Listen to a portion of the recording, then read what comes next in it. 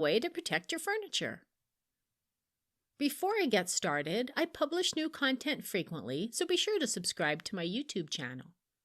And check out the blog at debsdays.com where you'll find plenty of sewing and crafting projects. It's also where you'll find a link to the written version of this project with step-by-step instructions, cutting measurements, photos, and the printable gnome templates. And since it's a digital download pattern, you can get started on your very own gnome coasters today. I've added a link in the description below this video. Alright, let's get this project started. Along with your regular sewing supplies, for this project you'll need fabric for the hats, fabric for the beards, batting, pinking shears, and the printable template. First, place a strip of beard fabric and a strip of hat fabric together with the right sides of the fabric facing each other. Stitch along the long edge using a 1/4 inch seam allowance. Press the seam open towards the hat fabric. Place the hat and beard fabric piece with the right side of the fabric facing down. On top, place a layer of batting. Fold the other half of the fabric over on top of the batting with the right side of the fabric facing up.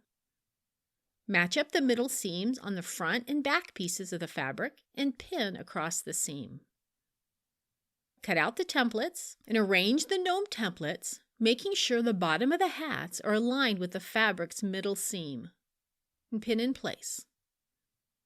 Place the other templates on the fabric approximately 1 inch from each other, again making sure the bottom of the hats meet the seam.